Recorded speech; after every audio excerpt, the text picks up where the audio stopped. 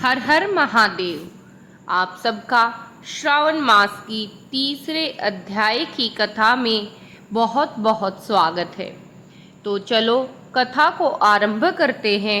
श्रावण मास में भगवान शिव की पूजा की जाती है और उसकी कथा का बखान किया जाता है।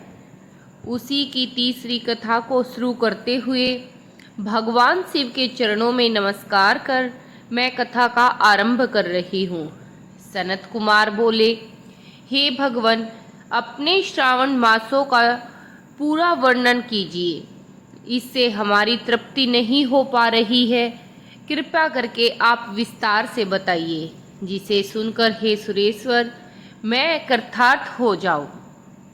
ईश्वर बोले, हे योगीश, जो बुद्धिमान नक्तव्रत के द्वारा श्रावण मास को व्यतीत करता है वह 12 महीनों में नक्तव्रत करने का फलीभूत होता है। नक्तव्रत में दिन की समाप्ति में पूर्व सन्यासियों के लिए एवं रात्रि में गृहस्थ लोगों के लिए भोजन का विधान है। उसमें सूर्यास्त के बाद की 3 घड़ियों को छोड़कर नक्त भोजन का समय होता है। सूर्य के अस्त होने के पश्चात 3 घड़ियां संध्या काल होता है।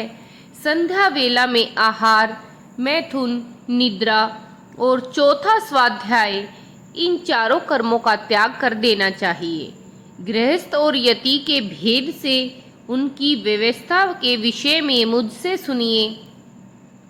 सूर्य के मंद पड़ जाने पर जब अपनी छाया अपने ही शरीर से दोगुनी हो जाए, उस समय के भोजन को यति के लिए नक्त भोजन कहा गया है। रात्रि भोजन उनके लिए नक्त भोजन नहीं होता। तारों के दिखाई देने पर विद्वानों ने गृहस्थ के लिए नक्त कहा है। यति के लिए दिन के 8वें भाग के शेष रहने पर भोजन का विधान है। उसके लिए रात्रि में भोजन का निषेध किया गया है। गृहस्थ को चाहिए कि विधि पूर्वक रात्रि में नक्त भोजन करे और यति, विधवा और विधुर व्यक्ति सूर्य के रहते नक्त व्रत करे। विधुर व्यक्ति यदि पुत्रवान हो तब उसे भी रात्रि में नक्त व्रत करना चाहिए। अनाथाश्रमी हो अथवा आश्रम वाला हो, पत्नी रहित हो या फिर पुत्रवान हो, उन्हें रात्रि में नक्त व्रत करना चाहिए। इस प्रकार बुद्धिमान मनुष्य को अपने अधिकार के अनुसार नक्त व्रत करना चाहिए। इस मास में नक्त व्रत करने वाला व्यक्ति परम गति को प्राप्त होता है। मैं प्रातःकाल स्नान करूंगा, ब्रह्मचर्य का पालन करूंगा, नक्त भोजन करूंगा, पृथ्वी पर सोऊंगा और प्राणियों पर दया करूंगा। हे देव, इस व्रत को प्रारंभ करने पर यदि मैं मर जाऊं तो हे जगतपति, आपकी कृपा से मेरा व्रत पूर्ण हो। ऐसा संकल्प करके बुद्धिमान व्यक्ति को श्रावण मास में प्रतिदिन नक्त व्रत करना चाहिए। इस प्रकार व्रत करने वाला मुझे अत्यंत प्रिय होता है। ब्राह्मणों के द्वारा अथवा स्वयं ही अतिरुद्र, महारुद्र और रुद्र मंत्र से महीने भर प्रतिदिन अभिषेक करना चाहिए। हे वत्स, मैं उस व्यक्ति पर प्रसन्न हो जाता हूँ क्योंकि मैं जलधरा से अत्यंत प्रीति रखने वाला हूँ। अथवा रुद्र मंत्र के द्वारा मेरे लिए अत्यंत प्रीतिकर होम प्रतिदिन करना चाहिए। अपने लिए जो भी भोज्य पदार्थ, सुखोपभोग की वस्तु अति प्रिय हो, संकल्प करके उन्हें श्रेष्ठ ब्राह्मणों को प्रदान करके स्वयं महीने भर उन सारी चीजों का त्याग कर देना चाहिए। हे मुनि, अब इसके बाद उत्तम लक्ष्य पूजा विधि को सुनिए। लक्ष्मी चाहने वाले अथवा शांति की इच्छा रखने वाले मनुष्य को लक्ष्य विलव पत्रों और लक्ष्य दुर्वादलों से भगवान शिव की पूजा करनी चाहिए। आयु की कामना करने वाले को चंपा के लक्ष्य पुष्पों तथा विद्या चाहने वाले को व्यक्ति को मल्लिका या चमेली के लक्ष्य पुष्पों से श्री हरि की पूजा करनी चाहिए। शिव तथा विष्णु की प्रसन्नता तुलसी के दलों से सिद्ध होती है। पुत्र की कामना करने वाले को कटेरी के दलों से शिव तथा विष्णु का पूजन करना चाहिए। बुरे सौपन्न की शांति के लिए धान्य से पूजन करना प्रशस्त है। देव के समक्ष निर्मित किए गए रंगवल्ली आदि से विभिन्न रंगों से रुचित स्वास्तिक और चक्र आदि से प्रभु की पूजा करनी चाहिए। इस प्रकार सभी मनोरथों की सिद्धि के लिए सभी प्रकार के पुष्पों से यदि मनुष्य लक्ष्य पूजा करे तो शिवजी प्रसन्न होते हैं। तत्पश्चात उद्यापन करना चाहिए, मंडप निर्माण करना चाहिए और मंडप के त्रिभाग परिमाण में वेदिका बनानी चाहिए।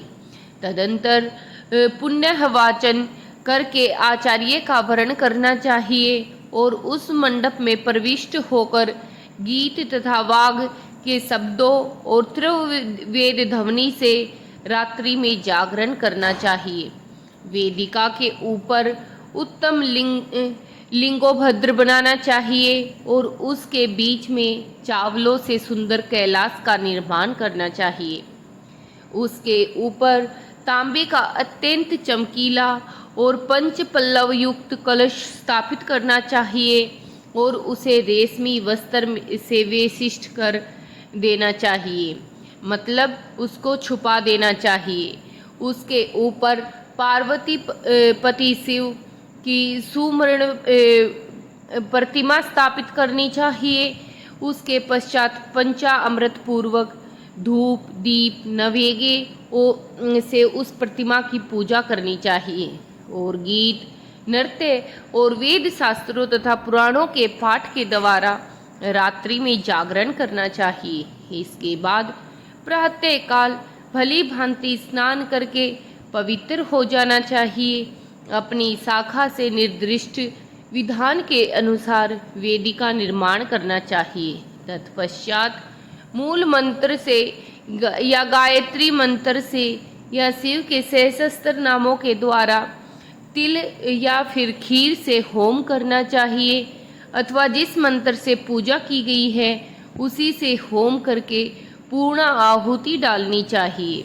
इसके बाद वस्त्र अलंकार तथा भूषणों से भली भांति आचार्य का पूजन करना चाहिए। अन्य ब्राह्मणों का पूजन करना चाहिए, उन्हें दक्षिणा देनी चाहिए।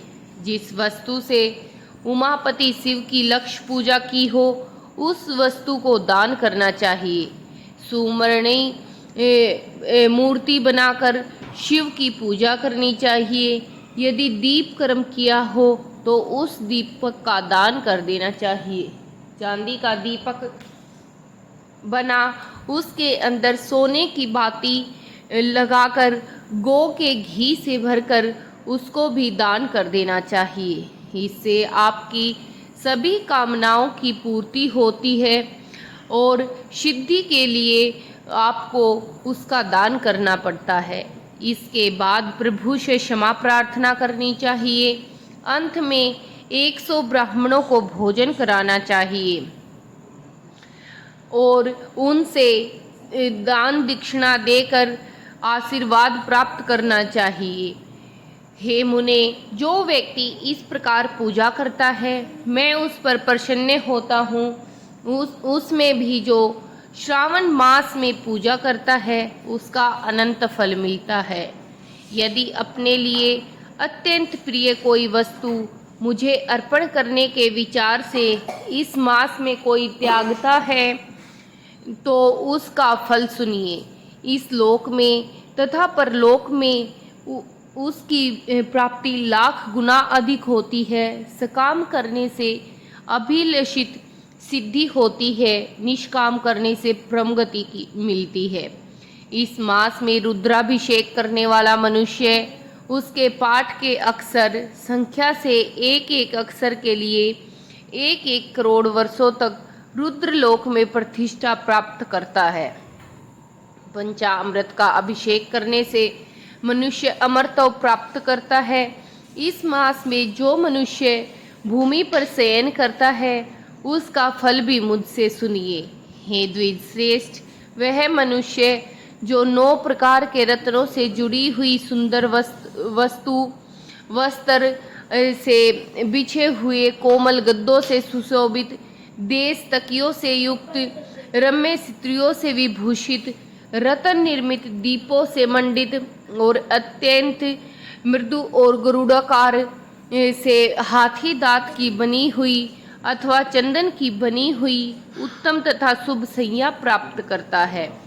इस मास में ब्रह्मचर्य का पालन करने से वीर्य की दृढ़ पुष्टि होती है। ओज बल शरीर की दृढ़ता और जो भी धर्म के विषय में उपकारक होते हैं वह सब उसे प्राप्त हो जाता है। निष्काम ब्रह्मचर्यवर्ती को साक्षात ब्रह्म प्राप्ति होती है और काम को स्वर्ग तथा सुंदर देवगणों की प्राप्ति होती है। इस मास में दिन रात अथवा केवल दिन में अथवा भोजन के समय मौन व्रत धारण करने वाला भी महान वक्ता हो जाता है। व्रत के अंत में घंटा और पुस्तक का दान करना चाहिए। मौन व्रत के महात्म्य से सभी मनुष्य सभी शास्त्रों में कुशल तथा वेदांत में परंपरागत हो जाते हैं तथा बुद्धि में बृहस्पति के समान हो जाते हैं। मौन धारण करने वाले का किसी से कलह नहीं होता, अतः मौन व्रत अत्यंत उत्कृष्ट होता है। इस प्रकार भूमि सेन मौन व्रत कथन नामक 3रा अध्याय संपूर्ण हुआ। उम्मीद करती हूँ आपको यह अध्याय सुनकर बड़े ही रसपान की प्राप्ति हुई होगी। अगर आपको मेरी ये वीडियो अच्छी लगे तो अपने दोस्तों के साथ धार्मिक कार्यों को बढ़ावा देने के लिए ज़रूर से शेयर करें और घंटी का बटन दबाकर मुझे प्रोत्साहित करें और कमेंट सेक्शन में हर हर महादेव, जय शिव शंकर, जय भोलेनाथ लिखना बिल्कुल भी ना भूलें। जय भोलेनाथ।